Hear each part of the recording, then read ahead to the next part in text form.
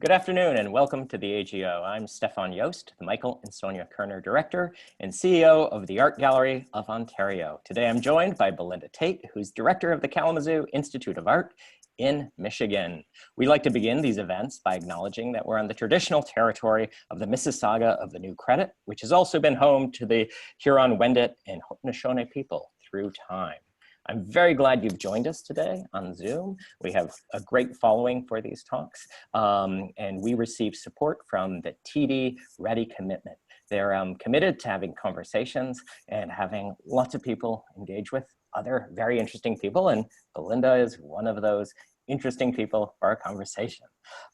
Next week, we've got Stephanie Stabish. She's the director of the National Museum of American Art in Washington, D.C. So, her responsibility is to help frame the American narrative.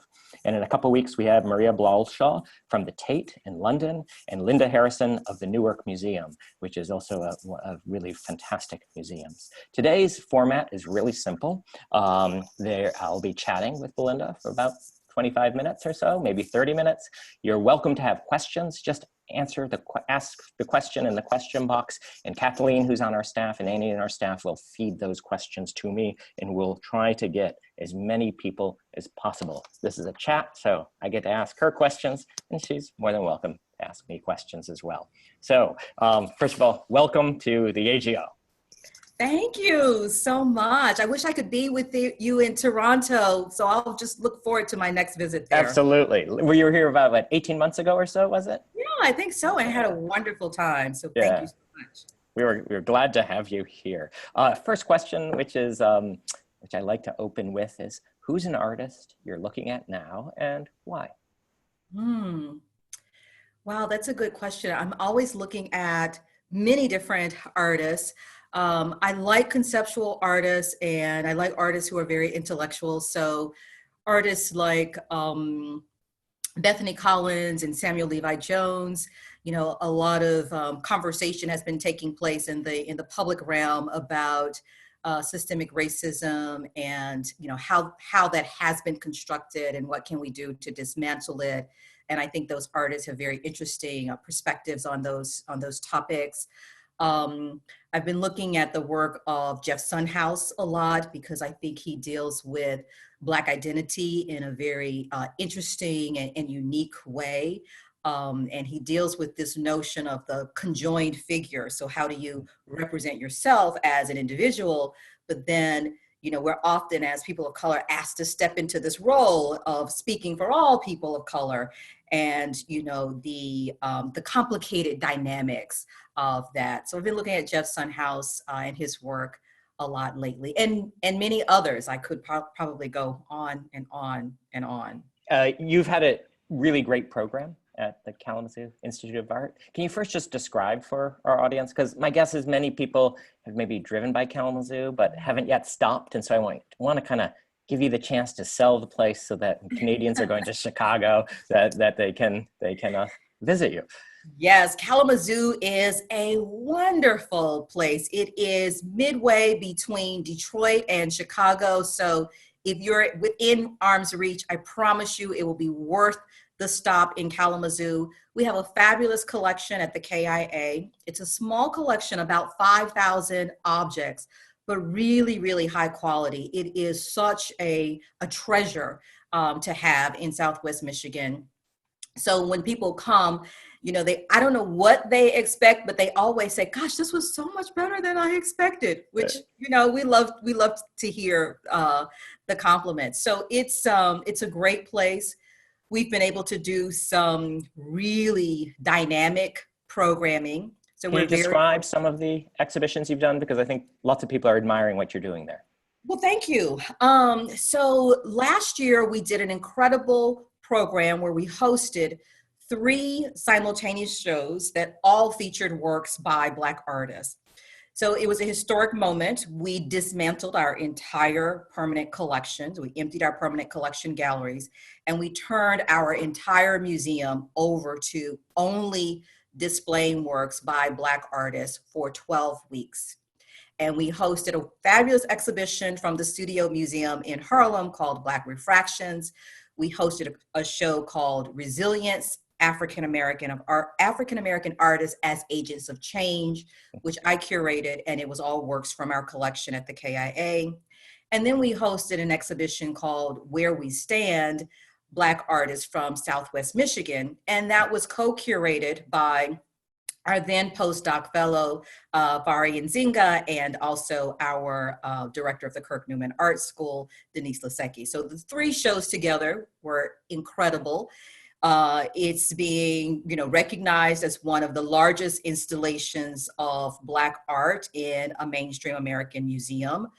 Over 180 works of art by about 124 artists. And it was exceptionally well received by our community and beyond. We had visitors from all 50 states and 13 countries come to Kalamazoo. There we go.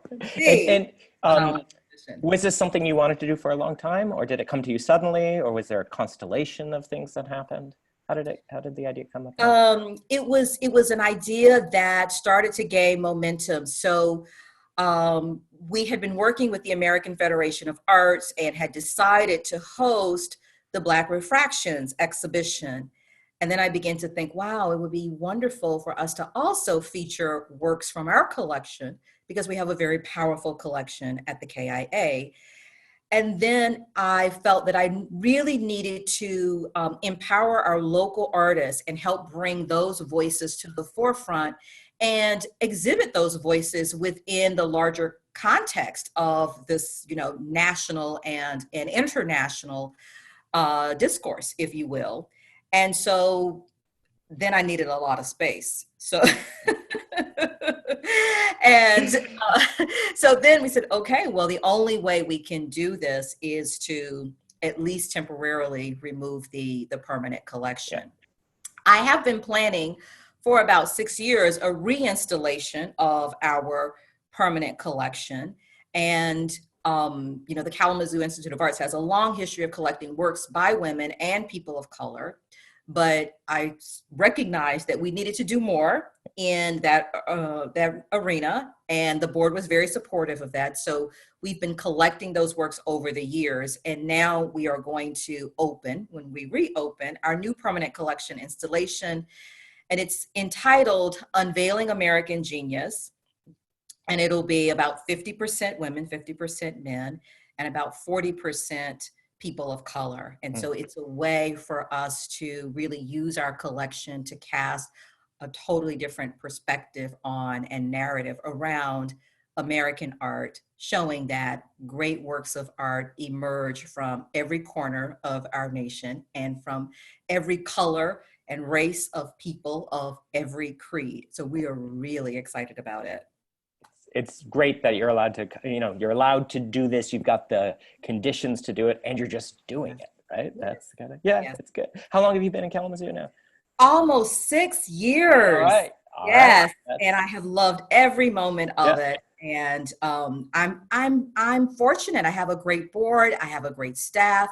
I'm in a great community. It's been an environment where things have really come together in a way to help us not only facilitate change, but do a lot of exciting programs together. Yeah. So one of the things we have in common is we both have Michigan. Well, you're in Michigan now. I grew up there for 18 years.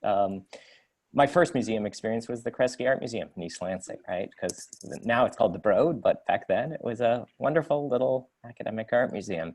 Very fond memories. Tell me about your initial experience with museums and how it impacted you. Oh, interesting. I think one of my earliest experiences of being in a museum was actually being in a history museum and discovering this kind of image, this, I can't say life-size, but large image of Harriet Tubman, and reading about her and really being excited and inspired and empowered by this Black woman who was an incredible leader in many different ways and in many different realms of her life. And so that initially drew me to museums. And I think when I was at Yale University. I was actually studying applied math and operations research, but I had this wonderful internship at the British Arts Center and ended up working there for 3 years and was encouraged by the then director there to just, explore art history. And I remember doing a project that required me to do some work in the Beinecke Library, and I discovered the two most exquisite works of art. One was entitled Pharaoh Benga by Richmond Barthé, Oh yeah.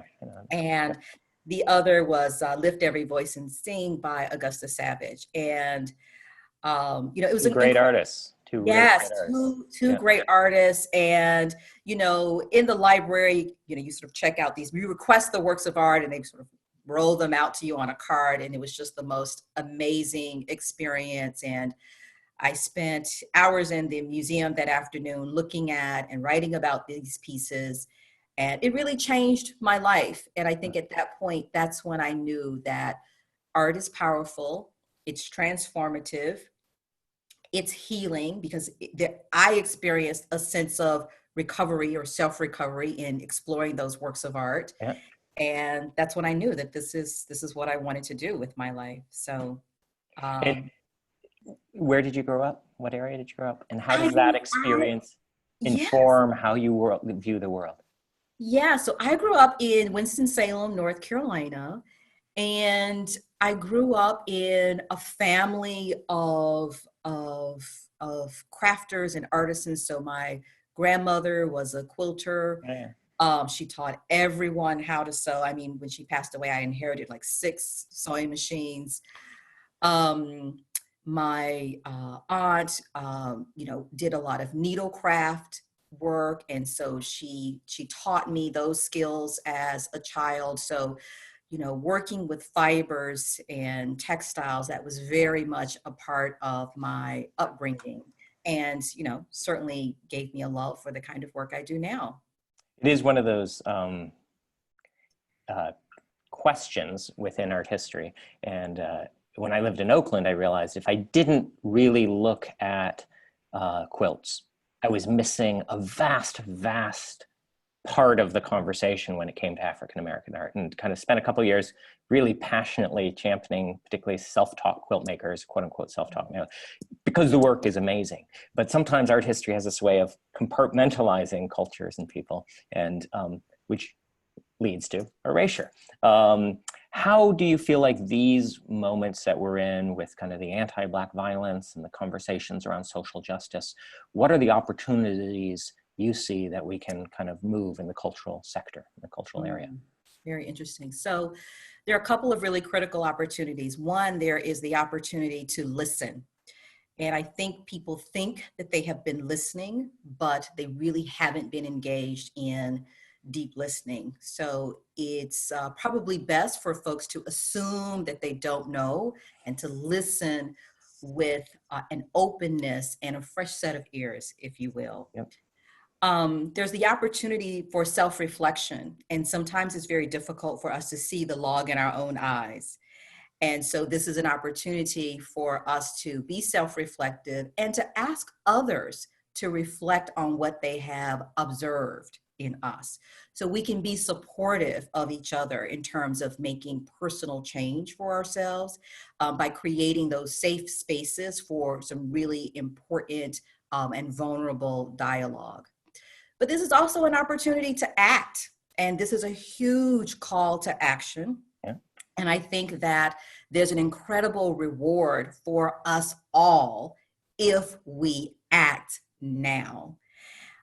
And so I think wherever you are, in whatever capacity you have, take some positive action. It doesn't matter how small, how large, every action counts, but this is the moment when we all need to do more. It's true. It's true. And listening is difficult. It's very, you don't always hear what you want to hear. True. But that's how growth happens. We've got actually a whole bunch of questions already coming in, and I usually wait till about minute 25, but I'm going to just riff on some of these. A couple people are asking about the beautiful artwork behind you and the display behind you. Oh, welcome to my home in Kalamazoo. And this is very special because this is not the view of my home that I normally show when I'm on Zoom calls. So behind me, I have a collection of things that that I've gathered over the years from my travels. I have some baskets from Rwanda. I have some Hema milk containers. I have some ceramic works of art that I have inherited from my grandmother.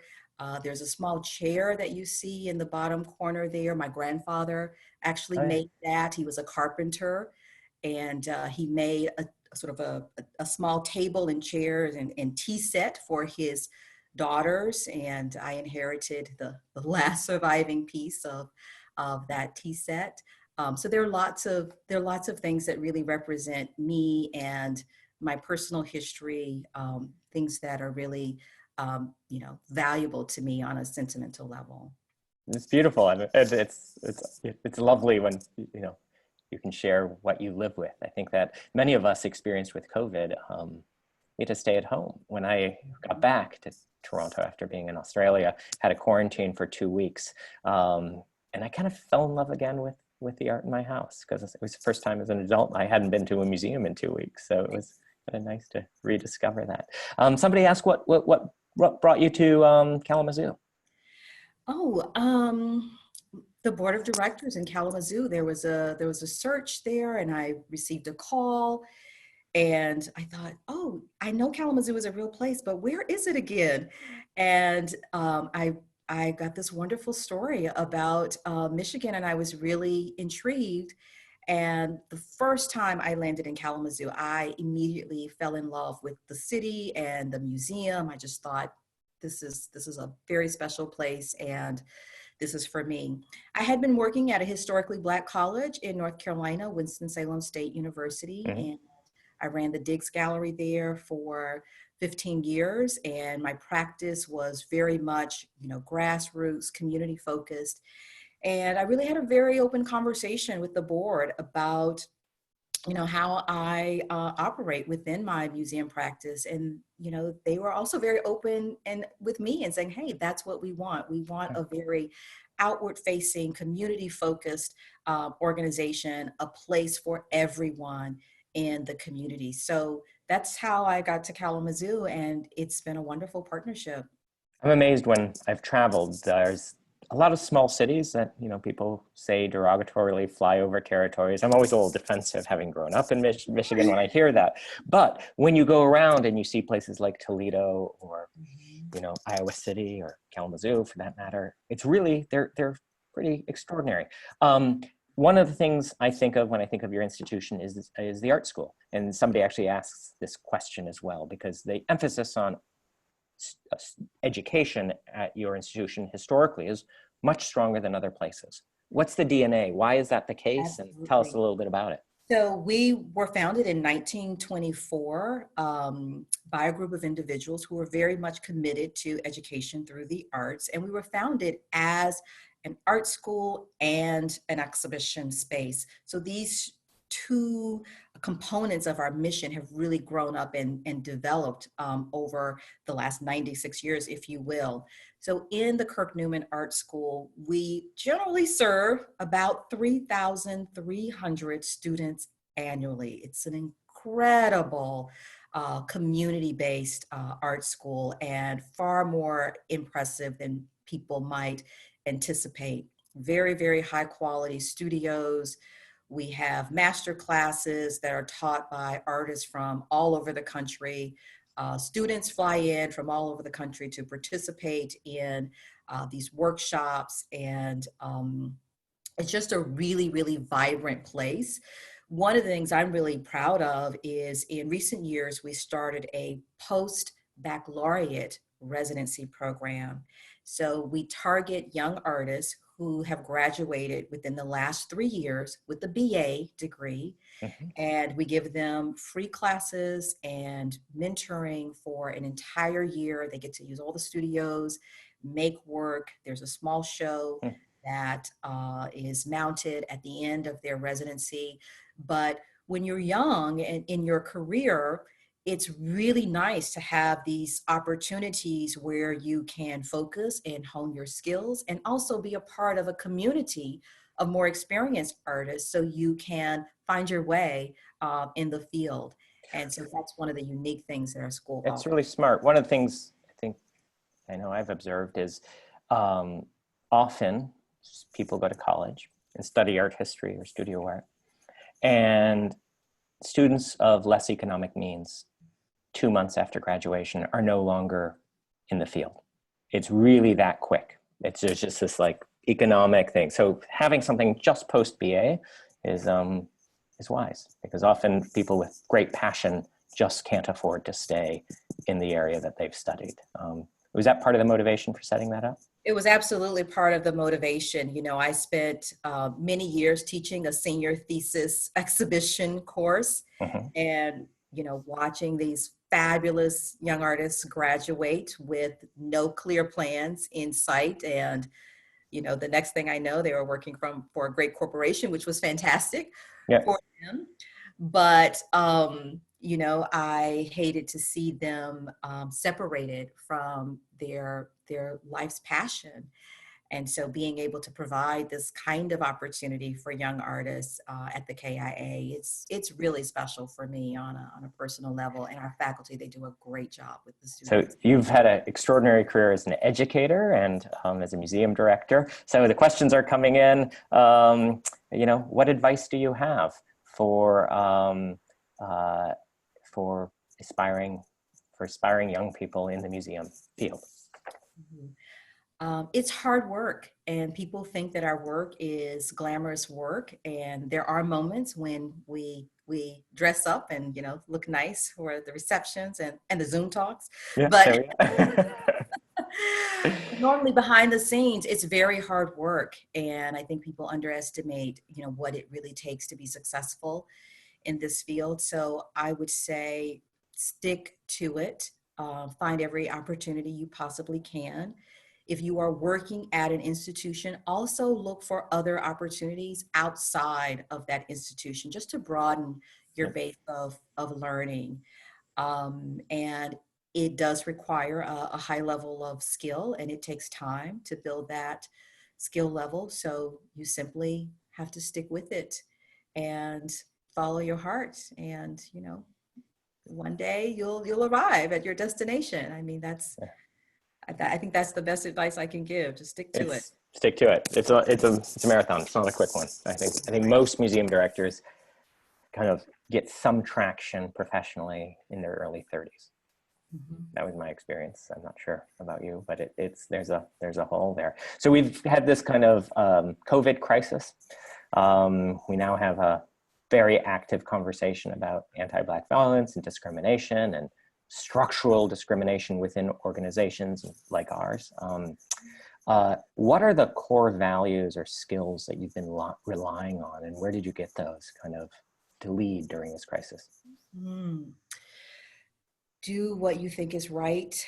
You know, in situations where there isn't a playbook, you really have to follow your heart and your intuition and do what you think is right, and try to make the best decisions you possibly can, given everyone involved.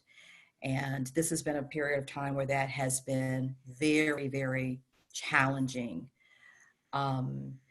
So I think that's been you know, one of my guiding principles. I've also leaned on my team a lot.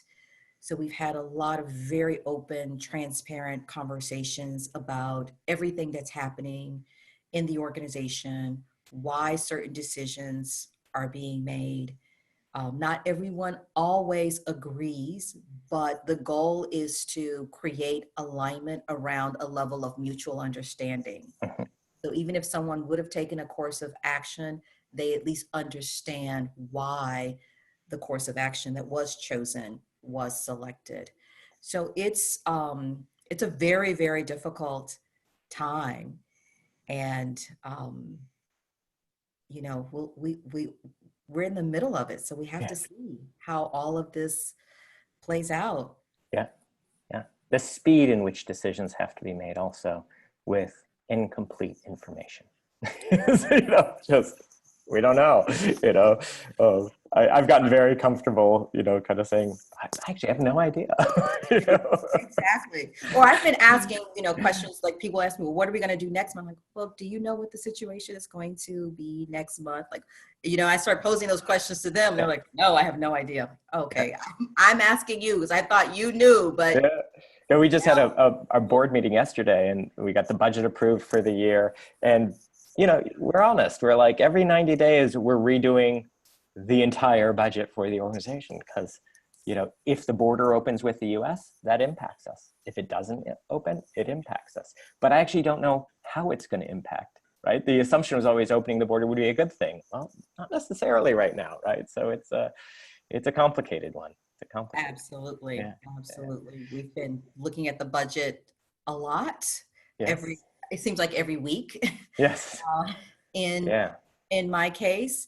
And, in many regards, it's an act of faith.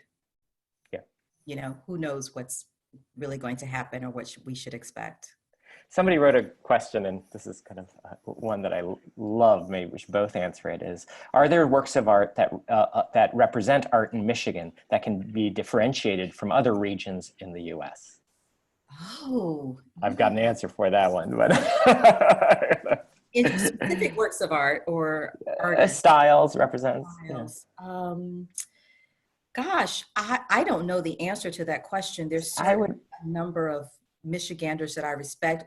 You answer. Well, I'm going to jump in because there is so much creativity that's happened in Michigan that is kind of been co-opted by other places. And the best example of that is a lot of the modernist movement. When you look at Cranbrook in the 50s and 60s, furniture design, Knoll furniture, the number of great furniture designer, interior designers, Bertoya, the Eameses are from lived and did much of their, not most, they moved to California then, but unbelievable things happen there. So if anybody's ever going through Michigan, go to Cranbrook, which is a private school and a graduate school. And you realize how much of modernism, mid-century modernism, the things that people, want in their condo if they have enough money to buy them, a lot of them were designed and manufactured in Michigan. Herman Miller's a Michigan company, Steelcase, Knoll, etc. Mm-hmm.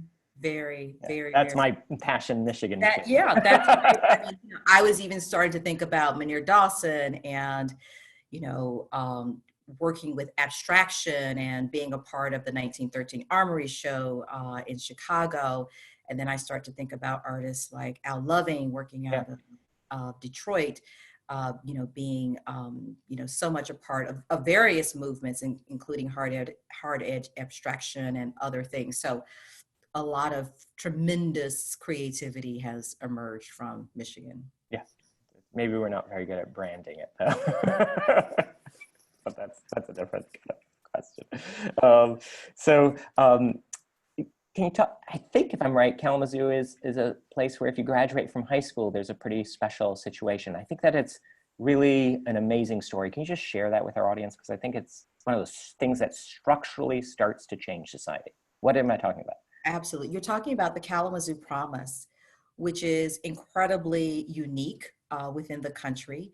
And any student that graduates from public high school in Kalamazoo and is accepted into college receives a scholarship for 4 years tuition, fully paid for a university in Michigan. And initially it started off as you would have to attend a public university, but now it's both public and private universities. We know that there are a lot of disparities in our society across the country, and those disparities also exist here in Kalamazoo. But this is one thing that has been put in place to try to address the structural nature of some of those disparities and give all children access to a high quality college education. It is very, very special. It's, I think it will have a huge transformation on a lot of people's lives, It but has. many people in Kalamazoo. Yes, Are it people has. moving into Kalamazoo to take advantage of that?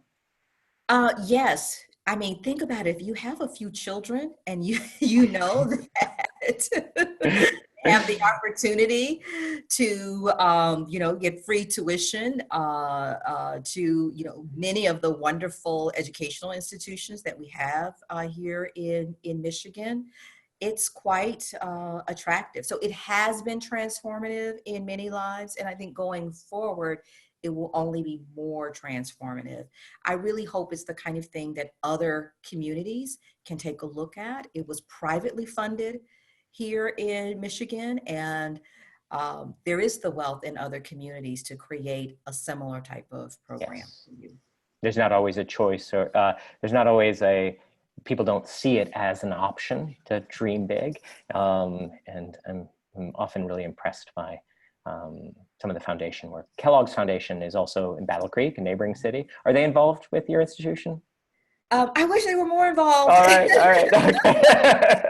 Okay. They focus on youth, and they've also been doing some, extraordinary work kind of over They are a over the great, years. they Yeah. are a great foundation that does work, across the country, across the world, quite honestly. Well, I hope that I've answered many of these questions. Let me just scan here. A bunch of people are asking about reopening of the AGO. So real briefly there, we are opening on July 2nd. We're very, very excited about it. We got the go ahead. We've asked you, members, what you're concerned about, and a couple things. People want to make sure that we limit how many people come in. So we're only going to be open to the 74,000 members and the 140,000 annual pass holders. So, but anybody can buy an annual pass, right? Or if you're under 25, you can get one for free. So that 250,000 people will be the first people who have dibs. We will limit how many tickets we sell. Our members are asking us to make sure that people socially distance 2 meters. So that's great. And our staff and all our guests, and including me, will be wearing masks. There's a growing body of evidence that's important, and it makes people feel comfortable. And particularly for our security officers, I want to make sure they feel comfortable working and protecting our great collections. So we're just asking everybody to wear masks. All the information's on ago.ca. So I just want to take this moment and thank you very, very much. I hope to see you soon once the borders reopen. No, you're welcome anytime to visit us here in Toronto. So thank you very much, Belinda. Thank you for having me. It's been a pleasure. Okay, take care. Have a good afternoon. Bye.